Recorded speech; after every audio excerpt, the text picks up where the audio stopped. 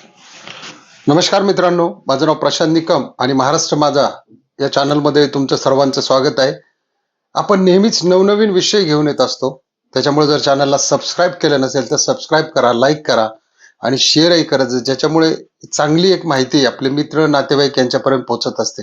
मित्रांनो, आजचा विषय हा इतका जबरदस्त आणि इंटरेस्टिंग आहे की म्हणजे माणसाचे डोळे उघडणी कशा पद्धतीने होईल या विषयावर आज आपण चर्चा करणार आहोत. मित्रांनो, थंबनेलवरून तुमच्या लक्षात आलं असेल की जीवनात आपण जसे आहेत तसेच जगावे. म्हणजे तुमचा स्वभाव ज्या पद्धतीने आहे त्याच पद्धतीने तुम्ही जगा. कारण स्वभावाला मूळचं औषध हे कुठेही माणूस मरेपर्यंत नसतं. त्याच्यामुळे तुम्ही त्याला कन्व्हर्ट करायच्या भानगडीत तुमचं आयुष्य बरबाद करू नका. कारण सांगतो मी तुम्हाला त्याचं काय, की जसं माऊलींची ज्ञानेश्वरी असेल, तुकाराम महाराजांची गाथा असेल, ही वर्षानुवर्ष नाही तर जोपर्यंत सूर्य चंद्र आणि ही पृथ्वी आहे तोपर्यंत ती गायली जाईल, पाहिली जाईल, वाचली जाईल, तिचं स्मरण केलं जाईल, तिची पूजा केली जाईल.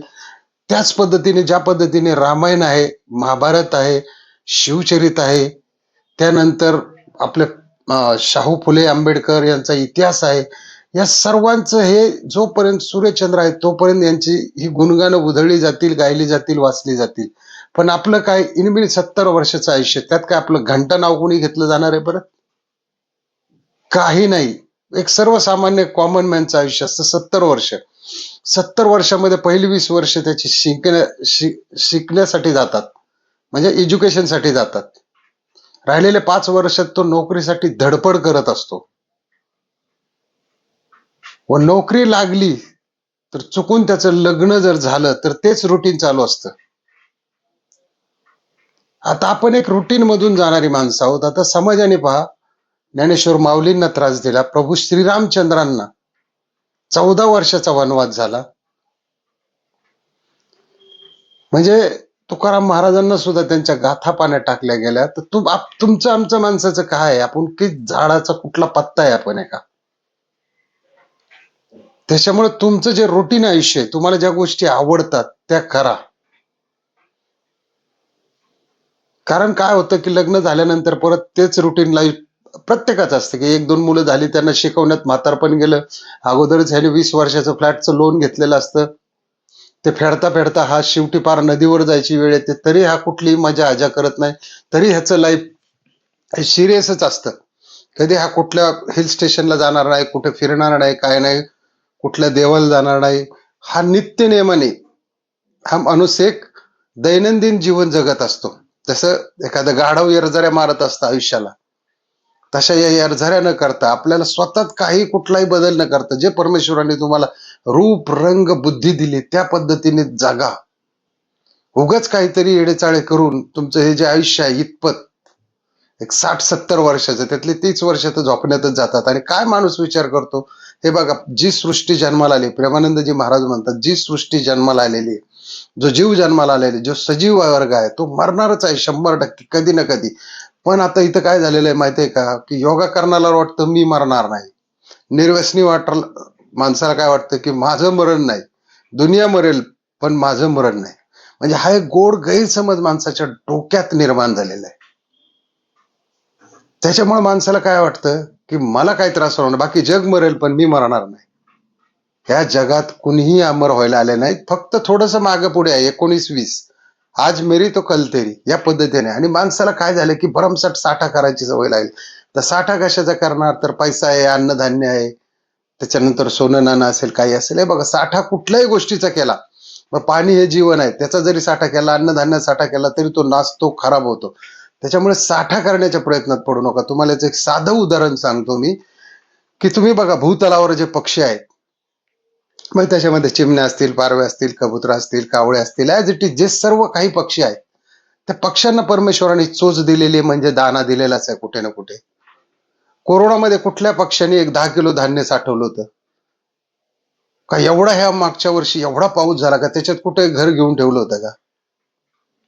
म्हणजे साधी चिमणी सुद्धा मेली नाही कोरोनात. पण माणूस एवढा भेत्रा जीव आहे की तो साठा करायच्या मार्गे जातो. माझ्या मुलाला सोनं, माझ्या बायकोला सोनं, माझ्या मुलीला एवढं करायचं, हे करायचं, ते करून ठेवायचं. म्हणजे हा साठा न करता तुम्ही एक दिलखुलासपणे जिंदगी जगा. कारण ती जिंदगी जगत असताना बऱ्याच लोकांना नोकरी करता करता आजार सुद्धा 40 नंतर हे पाठीमागे लागतात आणि मग तेच कमवलेले पैसे त्याच आजारात घालवायला तोच माणूस तडफड करत असतो आणि जगण्याची कुठंतरी त्याला एक लालसा बनलेली असते या मोहमायाच्या पाशात. त्याच्यामुळे परमेश्वराने तुम्हाला जसा स्वभाव दिलाय तसं जगण्याचा खरोखर दिलखुशपणे आनंद घ्या. कारण बऱ्याच वेळा काय होतं की आपण जगण्याच्या नादात आयुष्य पूर्ण विसरून गेलेलो असतो. आता मी म्हणजे बरीच लोक म्हणतात मी कुठली गोळी खात नाही, मला कुठलाही आजार नाही. मग तू काय मरणार नाही का? तू काय अमर होणार आहे का?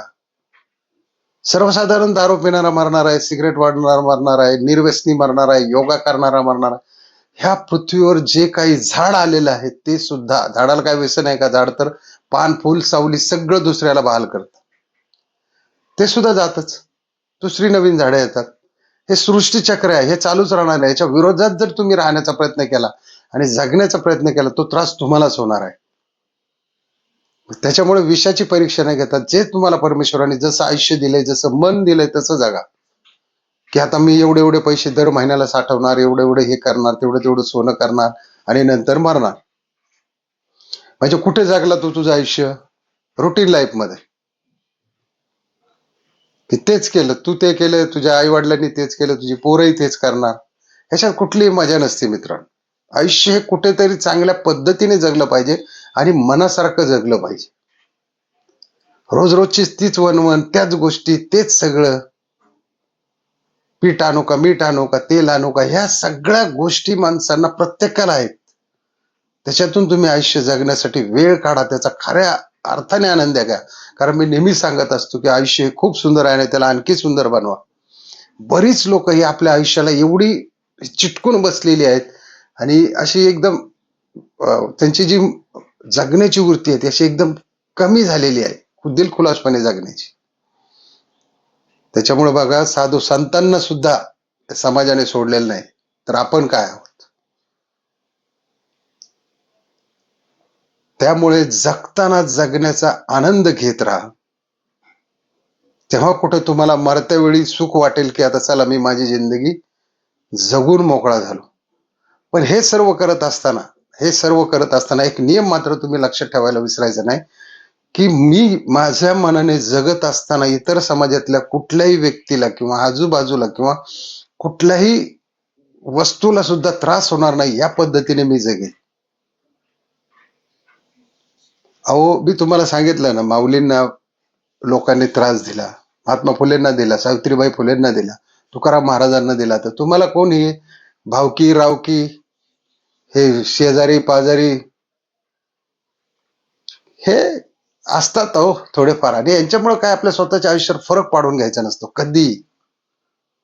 किंवा तुम्हाला काय मिळतंय किंवा ह्याला काय मिळतंय किंवा त्याला काय मिळतंय. धीरूभाई अंबानीला रोजचे 500 कोटी मिळतात, मग तुम्हाला जर 50 रुपये मिळत असतील, 500 रुपये मिळत असतील, तुम्ही त्यात सुखी असाल तर.